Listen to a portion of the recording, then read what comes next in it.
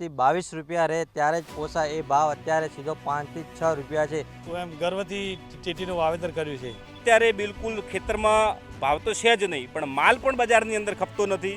સિઝનમાં મને નુકસાન પડ્યું બટાકામાં, 3 થી 5 રૂપિયા બટાકા વેચવા પડ્યા છે અને હવે ટેટી 6 થી 9 રૂપિયા વેચવી પડે છે।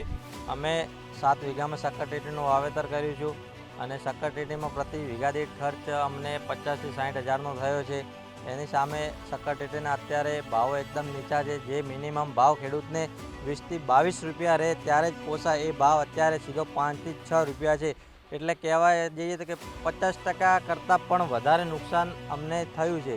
તો સરકારશ્રીને એક નમ્ર વિનંતી છે કે આની તરફ ધ્યાન રાખી અને યોગ્ય પગલાં લે અને ખેડૂતને પોષણક્ષમ ભાવ મળી રહે, એનો માલનો યોગ્ય આવી ગરમીમાં નિકાલ થાય એની વ્યવસ્થા કરે એવી અમારી સરકારશ્રીને નમ્ર વિનંતી।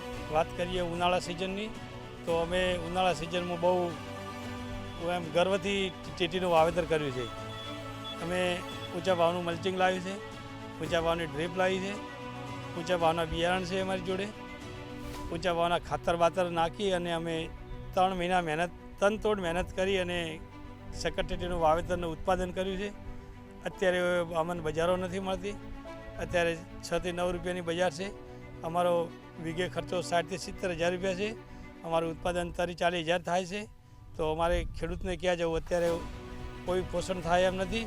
તો સરકારશ્રીને વિનંતી છે કે ભાઈ આના માટે કંઈ પગલાં લેવા જોઈએ અને બારે ક્યાંક એક્સપોર્ટ કરે તો મિનિમમ 15 રૂપિયા તો ભાવ હોવો જોઈએ, કારણ કે મજૂરી મોંઘી છે, ખેડૂત ખાતર મોંઘા છે, બિયારણ મોંઘા છે, મલ્ચિંગ મોંઘા છે, ડ્રીપ મોંઘી છે, બધી વાતે મોંઘવારી છે અને આ બધું ભેગું કરતાં અમને સરવાળે નુકસાન પડે છે।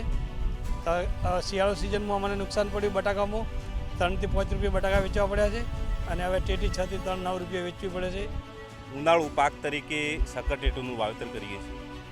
છેલ્લા 10 વર્ષથી શક્કરટેટીનું વાવેતર કરીએ છીએ, પણ 71 વર્ષે અમને ભાવ મળે છે, એ પણ જેવા જોઈએ એવા ભાવ મળતા નથી। આ વખતે તો વાવેતર પણ ઓછું હતું, ઉત્પાદન પણ ઓછું છે, છતાં પણ ભાવો નથી। એટલે અમારે મિનિમમ વીઘાએ 60 થી 70 હજારનો ખર્ચો થાય છે, એની સામે 40 થી 50 હજારની ઉપજ થાય છે।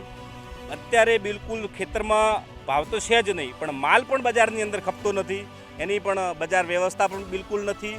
એને જો આજે માલ તૈયાર થયેલો હોય એ જો આજે ન વેચાય તો આવતીકાલે એ માલ બગડી જાય છે।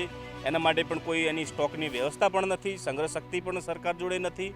અમે પણ એ માલ તરત બજારમાં વેચવા માટે મૂકીએ છીએ, એના લીધે એ માલના અત્યારે અમને ભાવ પણ મળતા નથી।